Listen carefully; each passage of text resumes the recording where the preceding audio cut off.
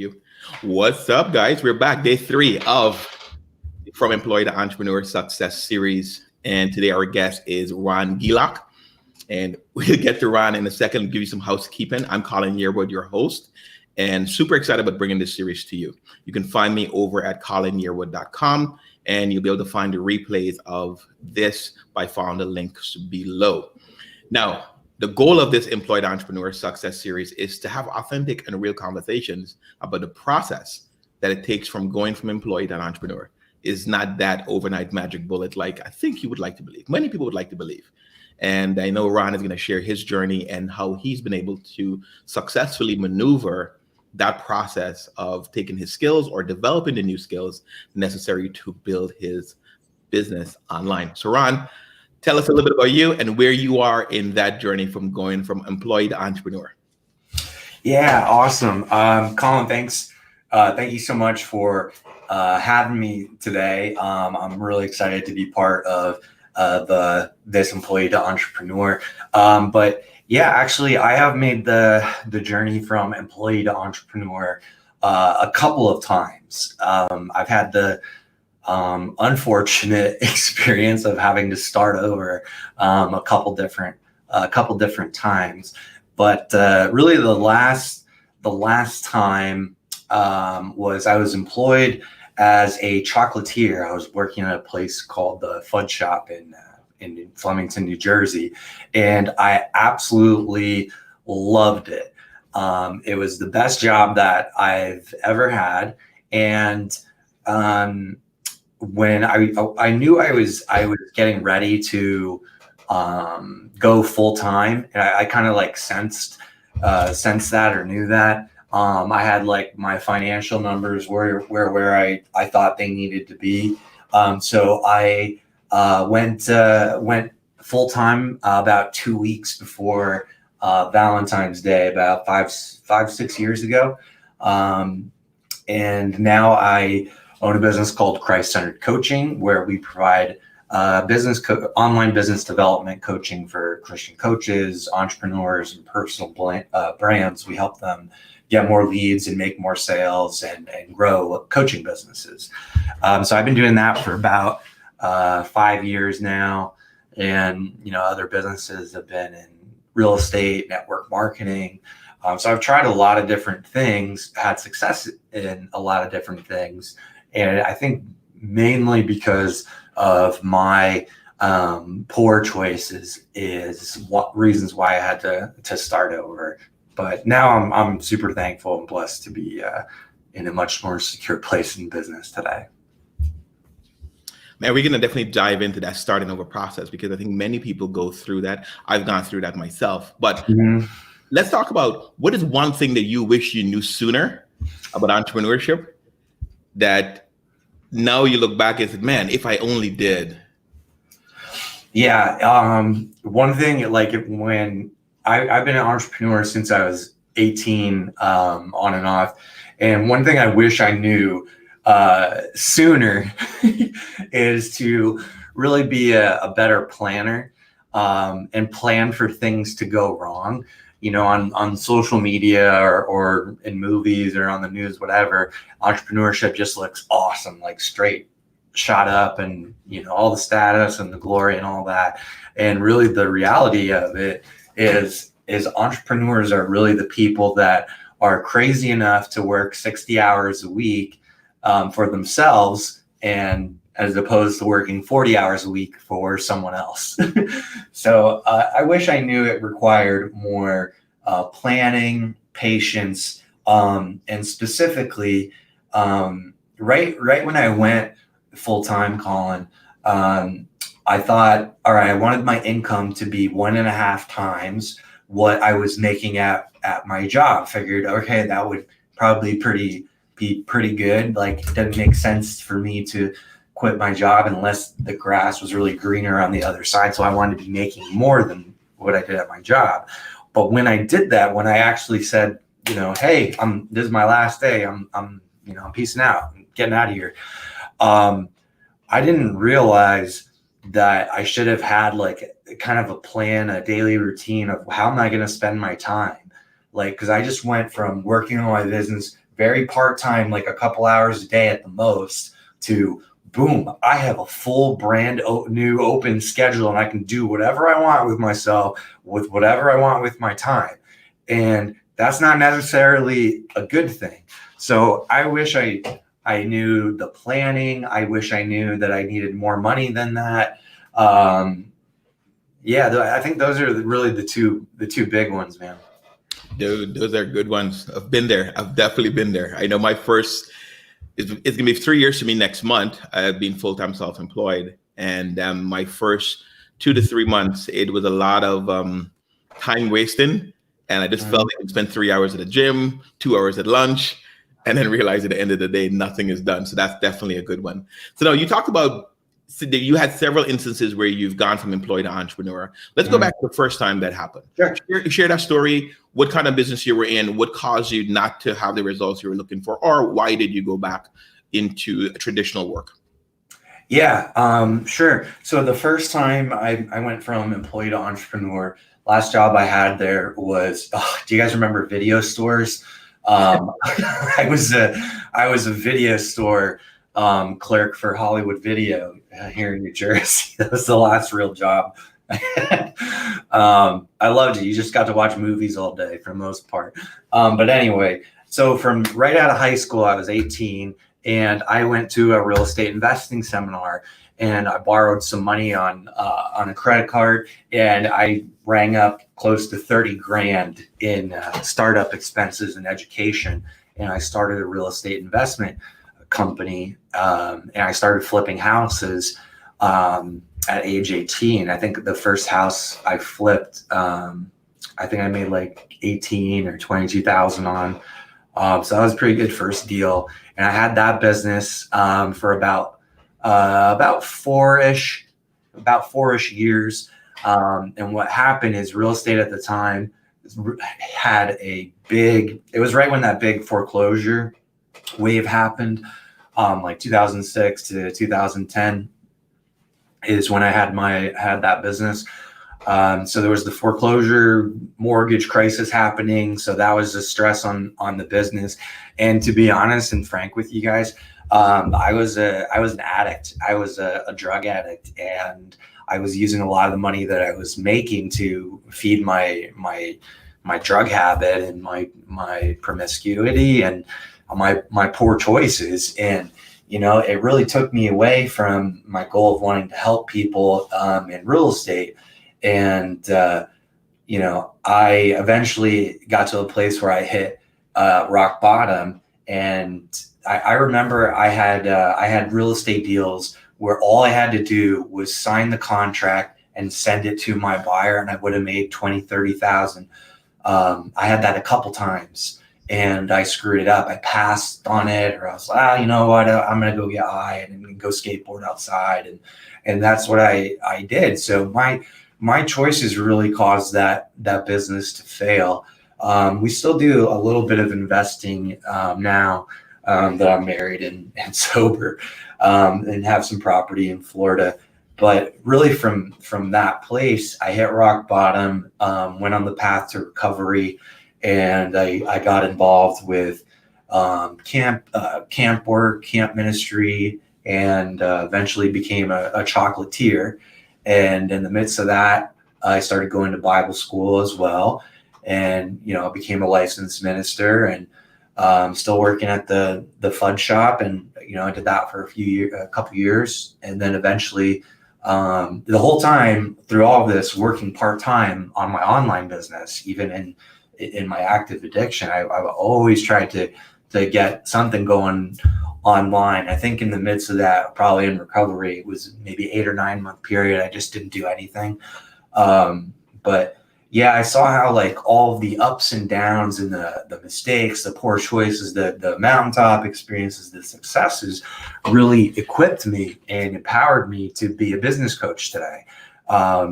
I've done a lot of other online businesses that it's just not enough time to go into on this. A lot of different income opportunities that I've been successful at. But I realized that my path is as unique as it may be, and yours is going to be unique too, was littered with obstacles, with hindrances, with mindset issues, with health issues, with financial problems. And I had to overcome all of those. And part of that, of what helped with that, is really having a coach, being in a community, kind of like the employee to entrepreneur community of people that were trying to do the same thing. I connected with a community of marketers online that were all trying to do the same thing I was. So having a place like that Collins providing a community where we can go to E, I think was super crucial, and having a coach as well. So yeah, Colin, you took me down memory lane there. Wow, man, what a background, bro. Kind of knew some of it, but didn't know all of that. Now, during those tough times, right? During those challenging times, what is it that drove you to still want to create a business of your own and just not? I don't want to say settle, because I find there's nothing wrong with having a traditional job. I've had it for most of my career, but what kept pushing you towards entrepreneurship, even with those challenges? Yeah, that's a great question. You know, the first thing I'll say is that there's nothing wrong with having to go back from, if you're an entrepreneur and you have to go back to a job or do a side hustle, there's nothing wrong with that. Don't beat yourself up. A lot of people are doing it right now with the pandemic and the COVID stuff that's going on. And the thing about entrepreneurs is we're hustlers. You know, we get it done. We got to do what we got to do. So Colin, I forgot your question again. No problem, man. But, you know, actually, let's stay on that point. Okay. I think a lot of people start out with the goal of going into entrepreneurship full-time. They get there full-time, challenges come up, and we have to figure it out, right? You say hustle, and sometimes that hustling is going back to a traditional role. I think there's a lot of times your ego, of fear, and insecurity, or some self-doubt pop up there. How do you recommend people dealing with that? Yeah. Well, the thing around that, the insecurity and self-doubt, I find it amplifies when somebody says, all right, I have this amount of time. I have 6 months before I have to go back to work, or until furlough is up, or whatever their thing is. And I have to make the business work within this amount of time. Otherwise I fail as an entrepreneur. So I think people put unrealistic expectations on themselves. The other issue I see is somebody has a certain amount of money that they're willing to spend, maybe room on a credit card, or they inherited something, or they just have this chunk of cash that they want to start a business with.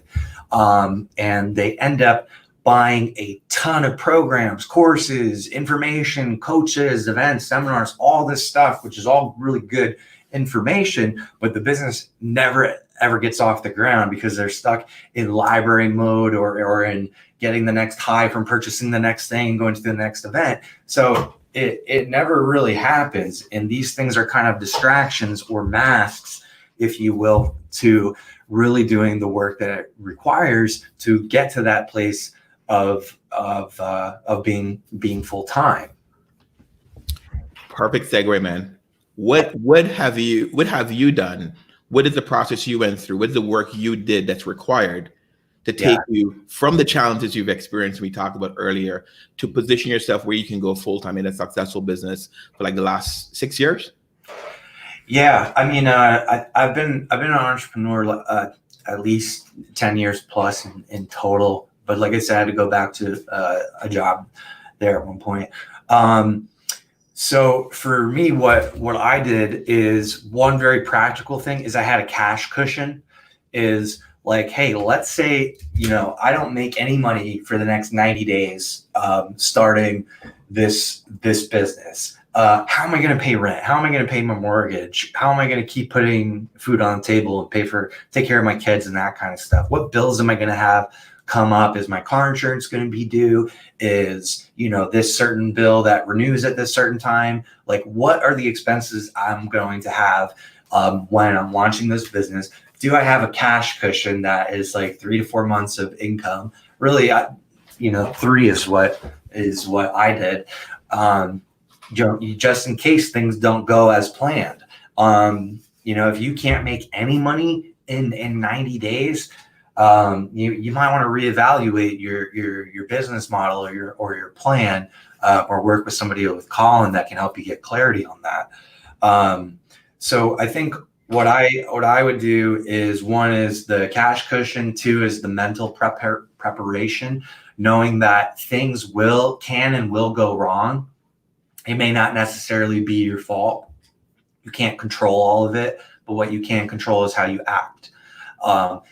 Being full-time is also going to require you to really take care of your body. So what does that look like for you health-wise? Are you going to change how you eat? Do you need to start exercising? Do you need to take care of your mental health and do some personal development, which I think we all need to do until the day we die, really.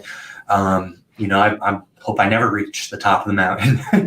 But I think those things are key factors in really preparing, because I think one thing, Colin, that really drives people out of pursuing their dream in entrepreneurship it is like poor planning, and because they didn't plan things set things up right in the beginning, they're halfway through the process, day 45, trying to build their business and doing that, and they're too stressed and anxious about, I only have 45 days left to make this give me a full-time income before I have to go back to work or find a job. So people put these unrealistic time crunches and self-induced ultimatums for this thing to work, and you really don't have control over when the kernel of popcorn pops. You don't have control over that. So I think people need to be gracious and really love themselves enough to trust the process, that it's going to take you and it's going to take your neighbor Joe and your neighbor Susie, all three of you, different times, and that's entirely okay. But you have to be willing to go through the process and love yourself at the speed of which you go at, because Joe is going to go faster than you. Susie's going to go slower than you.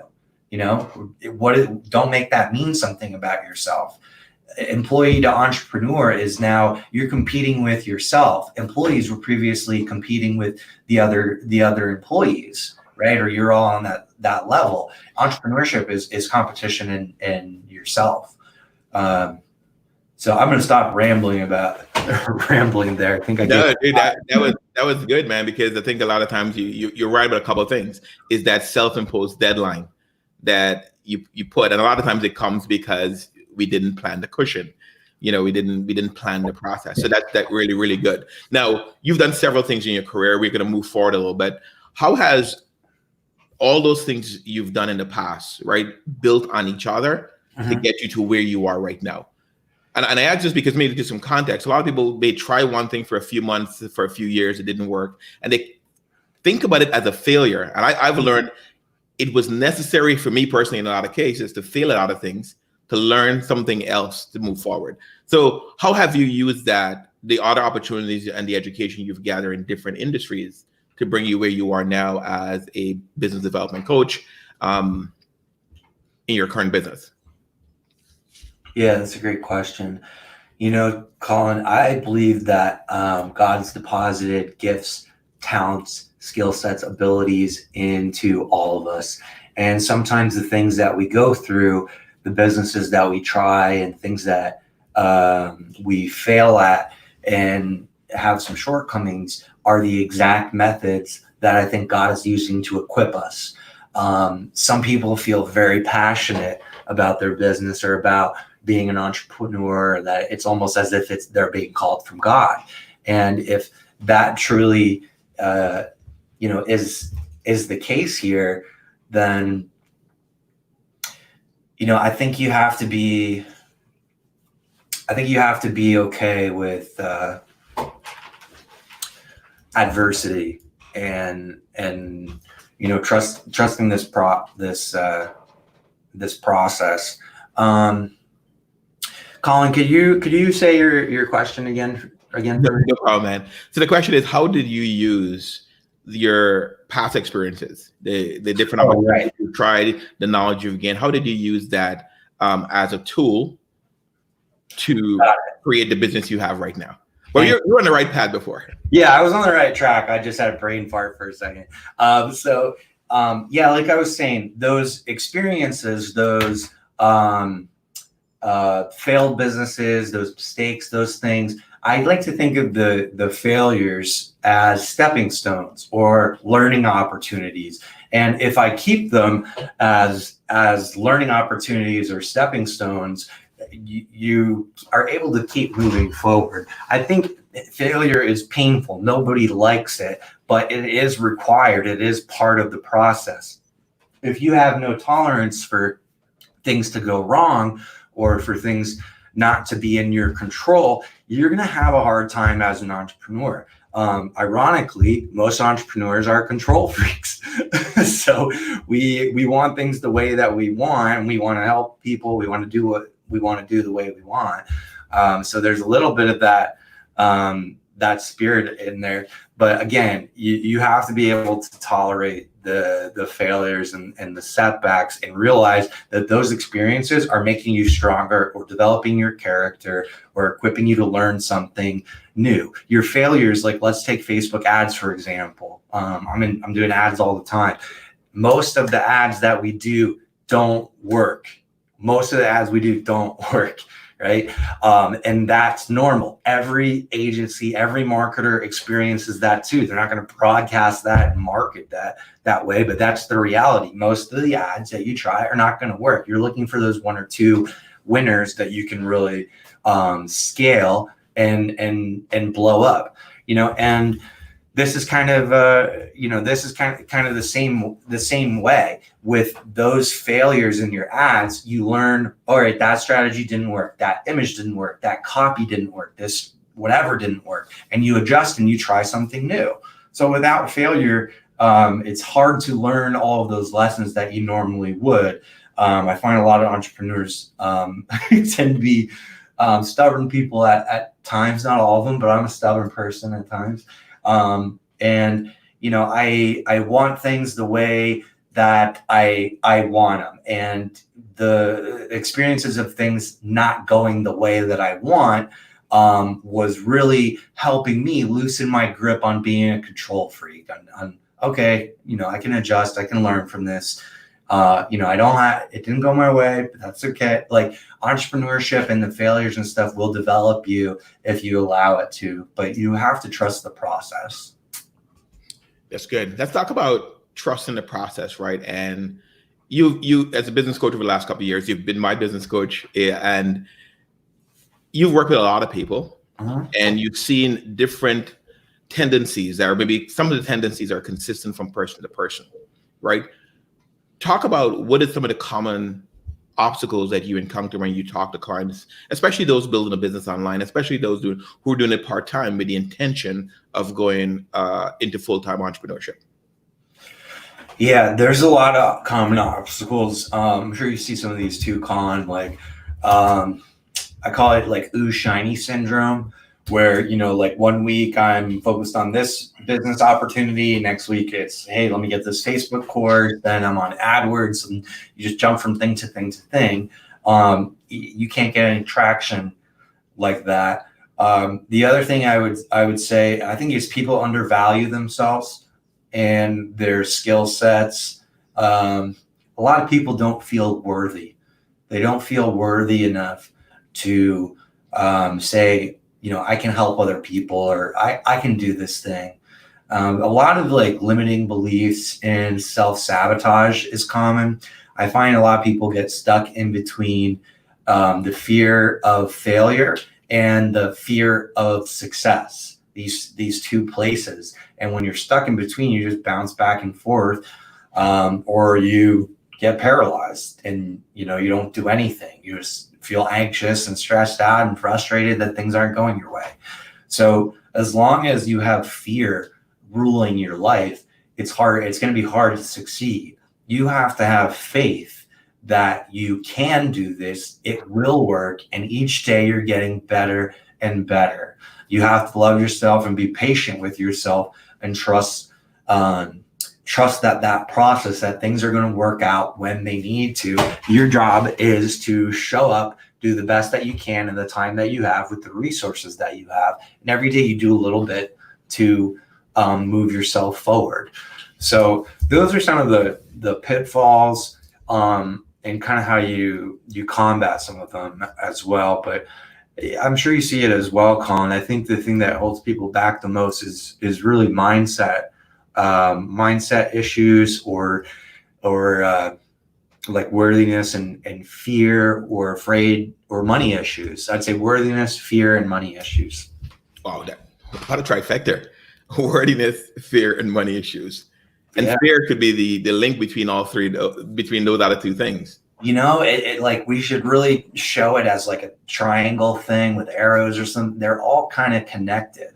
Yeah. You know what I mean? When you're finally breaking through, when you find that, for you, you've become an expert in lead generation. You've become an expert in business development. Mm-hmm. And just a good coach at getting people to move themselves forward and break through some of the obstacles you mentioned, right? Now, when you're speaking about a person who's now starting out at this process or in the middle of the process and looking to have their breakthrough, what part of the business they should focus on? When they're starting up, or they're starting, let's say if they're, but let's take it in three phases, right? Perfect. Thanks for helping me out there. But let's talk about when they're starting out. For the person who's starting out, what should they focus on as starting out building the business? Then we'll talk about in the middle ground, been messing around for a few years, and then we can go from there. So starting out, when you're starting out in the business, what should you focus on? I think you should get clarity on who you are, what your message is, and who you want to help. I'm trying to leave it simple like that. Who you are, who you want to help, how you help, what's your message, and you have to have those foundational pieces clear. Otherwise, it's kind of like putting a parachute together while you're already jumped out of the plane. Nice. That's good. So now I would assume the middle part of the process, where you figure that out, the next step, is that what you're selling or how to generate leads? Yeah, the next step would be lead generation and offers. Is now you know who you're selling to. If you know who you're selling to, you know what their pains are, their wants, what they need, what's important to them. And you can market and start generating leads by providing solutions, valuable solutions to their problems, their pain points, the things they want, their desires, their aspirations. So the person that you want to talk to, those things, you market by putting those solutions in front of them, or the promise to the solution in front of them, in exchange for their name and email or contact information. So, and that's how you generate a lead, is the promise of delivering value or the solving of their problem in exchange for a dollar amount or their contact information. When you're generating leads or making offers, they're very similar, whether it's enter your name and info or buy this. It is an exchange of value. So that's really where I would start focusing on, is lead generation. We're going to get into, I know you're a master at lead generation. You have a really cool resource. We're going to mention it in a minute, and I'll drop it in the comments also, so you can pick up that. Cool. I think it's 20 plus ways to generate leads for your business, right? Yeah, 23 ways to generate leads online. So let me get some clarification before, right? I run into a lot of people who spend time, and I know when you start this process, you start your lead generation process a little differently, but I see a lot of people spend a lot of time collecting friends and followers and likes. And yes, it's good at the beginning, but talk about the balance between becoming known, right? That's what, building your network is becoming known. Mm-hmm. The balance between becoming known and the importance of having a way to actually communicate with those people that know you, right? Yeah. So like if you're in this for the accolades, the image, the status of having an online brand and I'm the superstar or whatever, like you're in it for the wrong reasons, and that's not going to happen. When you focus on serving people and really helping them and delivering value the way that I was describing before, you are going to naturally have those fans, those people that say, hey, it's Colin Yearwood from employee to entrepreneur. Oh man, I can't wait for his Facebook Live. Oh yes, another email from Colin. Like that's the kind of stuff that you want to create. So really, and this goes into the third part, like after you've got your lead generation stuff down, is the third part is you want to start building your your audience and scaling that with paid traffic. So you have good lead generation, you have good offers, things that work. Now you want to start sinking some of your profits or some of your money into scaling your business. Yeah. I think you got a lot you want to share, but you're trying to pace yourself. Yeah, exactly. So you mentioned paid traffic, right? And a lot of people, from my experience, and I have been guilty of this in the past, jump to paid traffic right off the bat, trying to skip a step and not do the process. Mm-hmm. You kind of hinted as to when you should get to paid traffic. Talk about that a little bit, and then we're going to get into some basic lead generation strategies that you share, and then we'll give a link out to all your. Yeah. We'd love to give some free strategies. That would be good. So when are you ready for paid traffic? I would say is once you have your offers, your lead generation things, like you have some ways to capture leads, you have some ways to sell products or collect a payment. Then and you got you're clear on your message, you're clear on your market, who you are, who they are, how you help them. All that stuff's clear and working. Then go to paid traffic. If that stuff isn't clear, it doesn't matter how much noise you make with paid ads. Nobody's going to buy because your message and your brand and stuff doesn't have clarity. So you need to get clear who you are, who they are, how you help, what your message is. When you know those things, then go to paid traffic, because then you have the ability to know they're this people, they're this age, and you can do the targeting on the paid advertising platforms like YouTube, AdWords, Instagram, Facebook. You get to do different targeting and selecting there. But if you don't know your avatar and the message that's going to appeal to them, you're wasting your time and you're wasting your money on advertising dollars. So, I regularly give these kind of trainings and Facebook trainings like this for people who are on my email list and follow me and that kind of stuff. And we'll share a resource with you later. But don't jump into paid marketing, paid advertising right away, because I think it's a little bit premature unless you're clear on all those things that we talked about before. Great. Let's talk about what kind of lead generation strategies you should start out with when you basically have a general idea of, hey, this is who I am, this is who I can help, this is how I can help them. What is the entry level lead gen strategies that most people can implement effectively? Yeah. So there's two kinds of main lead generation strategies: active and passive.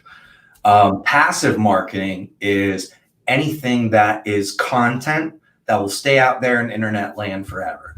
So, for example, YouTube videos, blog posts, articles, things like that.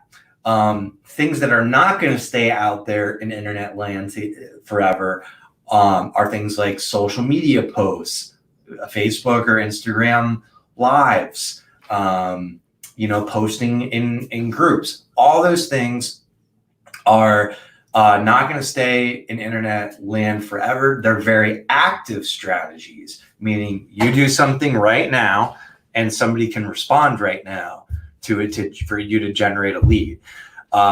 Passive strategies are you do something once right now and it continues to passively generate leads for you long term. For example, I have some YouTube videos that I've made from like 2009, 2008 that have made me over 50 grand. As time has gone on, I've got videos from 10 years ago that are still producing leads for me. So when you do the content marketing and some passive stuff, it's free. It does take a long time. So I encourage you to do a passive strategy and an active strategy. Passive's like the content stuff, videos, blog posts, things like that. Active is like prospecting on social media, posting in groups, doing lives, hosting social media challenges, things like that. Does that make sense, Colin? Am I giving people too much? Too much? Could you ever give too much? I don't want to overwhelm people. Like, I think it's important to say with all those strategies that you start with one and then focus on that for about 90 days or until you're 10 leads per day. Once you're at that point, add another strategy. Otherwise, you're overwhelmed and scattered trying to do like 5 things at once, you know? That's a good point, man. And I like how you broke it down into the two camps, active and passive strategies, and doing one of each, and being committed to it for 90 days definitely will start giving you some traction. Right now, you got an awesome resource. We can share the resource. Is there anything else? When let's think about the person who is in the middle of this journey, going to employed entrepreneur. What other advice would you give them that would help them speed up that process or stay the course? I would say get a coach. Whether it's someone like Colin or myself. I think having that additional support in your back pocket of somebody who has been there, done it, gone through the same struggles and over the same hurdles that you're about to, having that cuts dramatically off the timeline, off the learning curve, off the lessons, off of the pain, off of the money spent. Oh my gosh. I wish I had hired a coach from day one.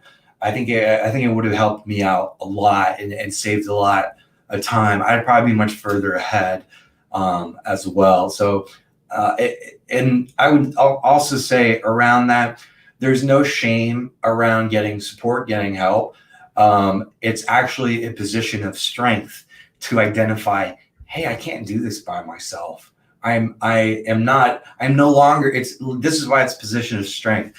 I am no longer egotistical enough and self-absorbed enough to think that I can conquer the world by myself, right? What you're saying is I'm a normal person like Ron and Colin, and I could use the help. I could use help. Like we still buy courses and trainings and hire coaches. Like that's never going to end. But people put up a wall around getting access to help because they have to shell out some money. I remember, man, it was hard for me to get my head around that at first, because I always had the thing in my head is can you guarantee me results? Can you guarantee me success? And unless you can guarantee it to me 100%, I'm not doing it. And really the results come down to each individual person, but I didn't even know that because I didn't have somebody there mentoring me, guiding me, coaching me. I really wish that I had that in my life, not only in business, but even, just developing as a person. I wish I had that. So it's so valuable, coaching. I gotta say, I'm super thankful, super blessed to be in the position to, be a coach, today. So. Dude, I'm going to second that. And I am super thankful and grateful that you have been my coach and has helped me with this process of eliminating a lot of the mistakes and a lot of the obstacles. And this idea from employee to entrepreneur came out of our coaching sessions a couple of years ago. And it continued to bubble and continue to nurture it. And it continued to grow. Without speaking with someone and identifying what I'm good at, how I want to serve, what solutions I bring to the marketplace, like you talked about before, this idea would not have came about, right? Yeah. The other thing I'm going to mention, just piggyback on what you said about coaching, and I've been there, the pride and the ego of I can figure this out all on my own. But then when I think back about it, is I went to college. I didn't just buy the books and read them myself, right? In my career, I showed up and I went to the training and I had mentorship there through managers and supervisors. And usually in many cases, they weren't the most positive type of mentorships, right? When you suck at this, fix it or else. Right? I was generally a good employee. Like that. Really wouldn't last too long. Yeah. That's probably why I can't have a job, man, because I can't tolerate that. Right, That's but I think we go through that in that sense, but then look at it on how can I skip ahead the process of getting the right resources. right. Ron, two quick things. We're gonna wrap this up, man. This was really good, man. We can go a little longer, but I Yeah. tried to about 45 minutes. Two quick things. Tell us where we can reach you and get that resource, 23 ways to generate leads. Yeah. Then I'll ask you a final question. Absolutely. Guys, I think Colin's going to put that in the comments for Will do. you guys. But it's getclients.christcenteredcoaching.com. So getclients.christcenteredcoaching.com. You enter your name and email there. You'll get some free videos and some free tutorials, PDFs on how to generate 23 plus different lead generation strategies for your business, your network marketer, your coach, your an employee you're trying to go to entrepreneur. You want to know some marketing strategies and learn some of those maybe in advance. So when you launch, hey, boom, here's how I'm going to market my business. So yeah, thanks for letting me share that, Colin. Hey, no problem, man. And by the way, they're good.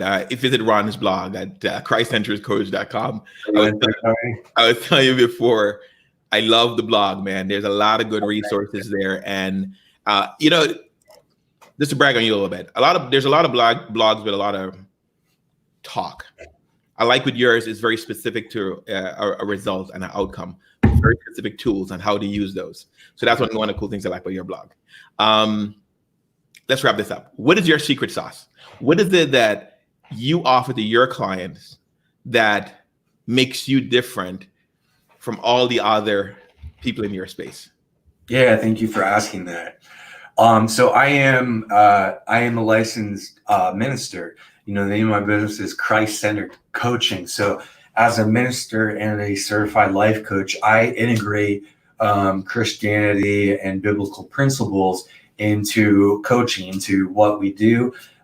We even build our businesses based on those biblical principles as well in regards to giving and receiving and stewardship. So we really integrate that. And I find I have the belief that I really think that entrepreneurship in business is a calling. It's something that I think God drops inside of you, and you got this energy that you got to do something with. And I think sometimes people are just have that and things are just let dormant. So because I have this belief that is part of my core of who I am, and I integrate that into my own business, I find people have a very powerful experience in coaching when you're willing to open up and invite God's Holy Spirit into the process and try to learn and figure out what that even looks like.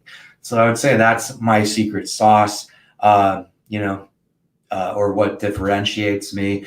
And of course, we have a long list of outrageous results and brand new six-figure students and businesses get started pretty quickly. Every year we create new six-figure businesses for our clients as well. So I think comboing that with the faith part is really what separates us. Nice. Ron, thanks for showing up on this edition of the From Employee to Entrepreneur Success Series. This is Rung 3. Tomorrow at 4 p.m. Central, we have Marlene Robinson. She's coming on and she's going to share her story of going from employee to entrepreneur. She has a newer story of it. She's just started a journey and is figuring out several ways to make it happen. I think as you talked about earlier, of finding different ways to make entrepreneurship happen for you. We'll talk about that tomorrow on tomorrow's episode. You can find me over at colinyearwood.com. Over there, you'll get a resource, the framework for going from employee to entrepreneur, and you can get the recordings to this series. Ron, thanks again for joining me, man. Thanks for having me, man. This was a blast. Awesome. Cool. Take care, guys. See you guys.